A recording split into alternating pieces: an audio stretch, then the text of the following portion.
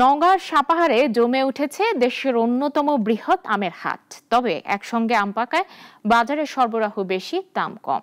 লোকসানের আশঙ্কায় উদ্বিগ্ন চাষিরা। নওগাঁ প্রতিনিধি সুমন আলীর প্রতিবেদন, জানাচ্ছেন সুলতানা মরিয়ম। হিমসাগর, ল্যাংড়া, ফজলি, হাড়িভাঙা থেকে শুরু করে বেনানা ম্যাঙ্গো, আম্রপালি, বাড়িচার, সাপাহারের আমহাটে এখন শুধুই আম আর আম।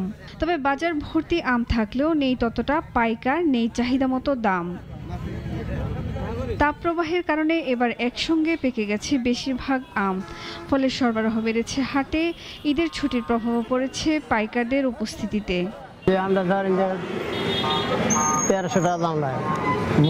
বাজারে এমন অবস্থা, দুর্দশা, কৃষক মরে যাবে এবার। এবছর পাটি কম, আর বিশেষ করে মনে করেন যে সারা বাংলাদেশে একই সাথে আম পাকিয়ে গেছে। চাষিরা বলছেন মৌসুমের শুরুতে যে দামে বিক্রি করেছেন এখন তা প্রায় অর্ধেকে নেমেছে। এতে করে অনেকেই লোকসানের মুখে পড়ছেন। প্রশাসনের নির্ধারিত কেজি দরে বিক্রির নির্দেশ থাকলেও বাস্তবে তা মানা হচ্ছে না। এক মনে 50 থেকে 52 কেজি আম কিনছেন পাইকাররা। আম অনেক নষ্ট হয়ে গেছে, তারপরে বাজারে এসে আম দাম পাচ্ছি না। বাস্তবে তার দাম পাচ্ছি না, তা তো ওরা কিনছে 52 কেজি ওজন আছে।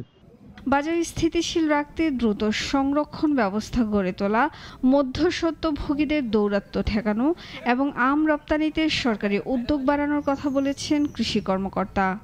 কেজি দরে বিক্রি হয়, সে পর্যায়ে মিটিং হয়েছে কৃষক এবং ব্যবসায়ীদের নিয়ে।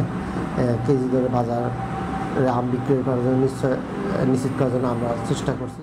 এবছর নওগাঁয় 30,300 হেক্টর জমিতে আমের চাষ হয়েছে। উৎপাদনের লক্ষ্যমাত্রা ধরা হয়েছে 3,87,000 টন। চাষিরা এখন আশায় বুক বাঁধছেন, সরকারি হস্তক্ষেপ ও রপ্তানির সুযোগ বাড়লে তারা ঘুরে দাঁড়াতে পারবেন। সুলতানা মরিয়ম, নাগরিক।